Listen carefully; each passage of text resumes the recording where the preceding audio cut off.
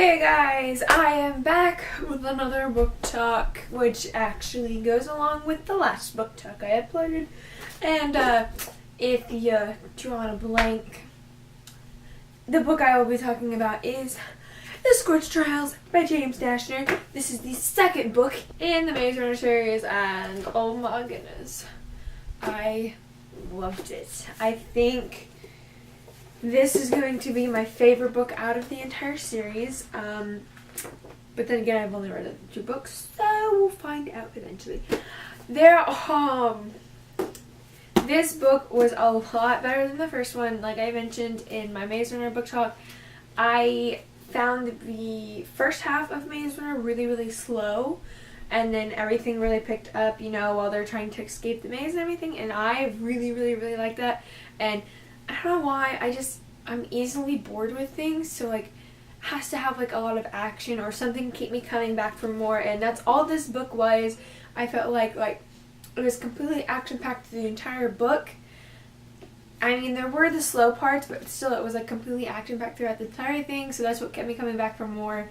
Yeah, I just really like that. But in this story, once, they've all been rescued and they're at the safe house, and then, everybody dies, and they're run into, what's his name, Ares? I want to say Ares, but I think that's just because I just think like that because of Percy Jackson, so I'm not really sure how to say his name. But anyways, so you learn about him and that he's gone through the same scenario that the Gladers have, except he was on the flip side of it, and where he was full of girls instead of guys, and he was the only guy. And let me just tell you, if this experiment, let's say, actually happened and there were a group of girls, you're talking 50 girls, that has gotta be one of the worst experiences of anybody's life. To be in just one place with no escape, full of 50 other girls, I think I would go insane. I'm on a team of 33 girls, and it's only girls, and I can't handle just the 33 of us, and I don't see them all, I see them all school week, and that's about it, but I still can't even handle that much of a time.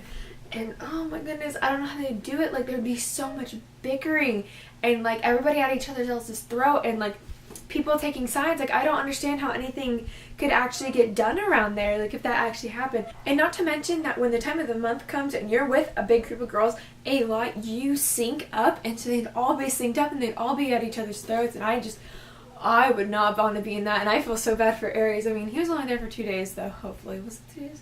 He was only there for a few days, that he was actually awake, so it wasn't that bad of an experience for him. But those poor other girls, oh my gosh, that would be a horrible experience for anyone. One of the things I really like about this series, well, more not just the series, but dystopian, the dystopian genre in general, or science fiction novels, is that it's set in the future, and you get to see how the world's turned out, and also whether it's evolved or whatever, technology wise. I really like seeing that because these are things that are just thought up by the authors, that now that the idea has been put out there in a story, this could eventually happen in the future. We could actually have these at some point in the future. I mean, it's not guaranteed, but it's there, and it's nice to see how everybody else takes their views on how the world's going to be in the future, and how technology is going to advance, or just no longer be able to make technology because power or whatever goes down. And I just think that's really cool. And the technology and everything that's been put into this, all these monsters, and the flat trans and the maze, and all this stuff has been built up. And you gotta think, it must have taken some massive brain power to think of this, and I don't know, I just think it's really cool because I kind of want stuff like that. I want to be able to teleport wherever I want to go to just by watching through a jelly screen thing. I want to. Yeah, I don't know, that just amazes me. Right now with the phone thing, how phones are, for some freaking reason, we want to get them bigger again. I don't understand why. But now they make phones that are waterproof, such as my Samsung S5. And how some of those phones now, like, if you're watching like a YouTube video or Netflix or whatever, it plays and then as soon as you look away it pauses. Like, it just shows how much technology is developing and how like we can have such better things in the future and how it's all gonna lead up to something better. I feel like I'm not making sense with this section at all. I think it may be the Frappuccino because coffee and I do not get along on the same level. Let's talk some characters real fast. George. I understand he's Mexican. I really do. But what is with the use of hermano at the... Hermano? Is that how you say it? I have issues speaking Spanish words. I am in Spanish, but as I like to say, I am too white to speak Spanish. Like, there's no way I'm going to be able to pronounce anything and remember any of this, so I don't understand why I have to take it. But, anyways, I understand he's Mexican. I understand he can speak Spanish. But why do you have to put hermano at the end of every single sentence when they first meet him? Like, okay, why are you calling him brother? Come on. I mean, why that and muchacho? Like, come on, that's kind of stereotypical. Do you put that at the end? Like, I know plenty of Mexican people that are fluent in Spanish, and they don't add that at the end of every sentence. And he's a bit crazy. He kind of scared me for a while. I was really scared he was going to take off Minno's fingers. That was pretty scary. But yeah. And then we have Brenda. I freaking love Brenda. I think she's so funny. I find it funny how she's like keep trying to put the moves on Thomas, and he was like, yeah, no, I kind of have a thing with another girl, but he doesn't realize it at first because, you know, guys are kind of stupid when it comes to like taking hints, and they don't take it like, hey, I like you, we should start hanging out. They don't take the hint that, hey, we talk a lot, you know, let's make this more, or, you know, hey, I'm no longer interested in you, that's why I'm ignoring your messages and no longer walking with you in the hallway. Like, come on. Pick up on the little hints we leave, guys. Like, it's not that hard.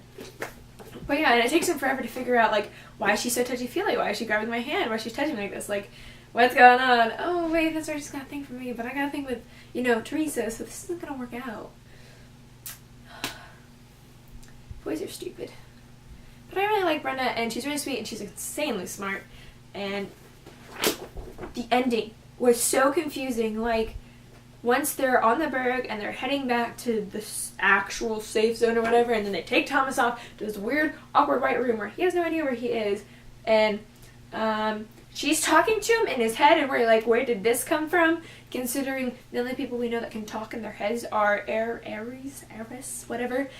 Teresa and Thomas are the only ones that we know for sure can talk. So why can she talk? Because she wasn't originally from the Grenade, and I don't think she works for Wicked. So what's going on here? Or was that just Thomas's imagination? I don't know. But I really like Brenda, so I hope she stays with them for a while. Hopefully. And then one scene that drove me insane, like it ripped my heart apart.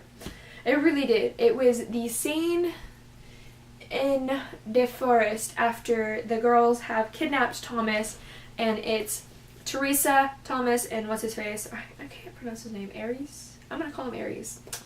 Yeah, I'm pretty sure I'm saying that wrong, but I really don't care. But they're in the forest, and you know, Teresa's been gone for majority of the story, and then she finally shows up, and then she's like acting on her, and she's beating Thomas, and it's not fair because it's like, why are you beating him? Like, you guys are supposed to be together, whatever. And then you find out that her and Aries have a thing, and like it was just to get Thomas into the right place at the right time, and I'm like, why would you do that? Like, you're tearing my heart apart now. And then they start kissing, and then they're talking about how they've always like had a thing for each other, and blah blah blah blah. And the entire time they were in the maze, their own mazes, like they were still talking to each other while they were in that coma. And I was like, what are you doing? Like, stop, James, stop! You're tearing me apart. I can't handle this. And then I was like, I spoke too soon in my last book talk because I said I am so glad there's not a love triangle in this book. And then you know what? There's a fucking love triangle, which we all actually find out is not a love triangle because it was all an act, because Teresa and Thomas are really supposed to be together, but then Thomas is super betrayed and he can't stand looking at her, and it's like, but you're supposed to be together, so be together. I hate it. I hate it when they do this, like, when the two people you want to be together are never together. Like, why can't you be together? Like, just, I'm hating how this novel, this story is getting pretty predictable, but, I mean, most stories are predictable, or series are predictable in the sense, you know, like something bad happens, and then, you know, something good happens, or it's like supposed to happen, and then everything turns to shit again, and it's just like a recurring cycle.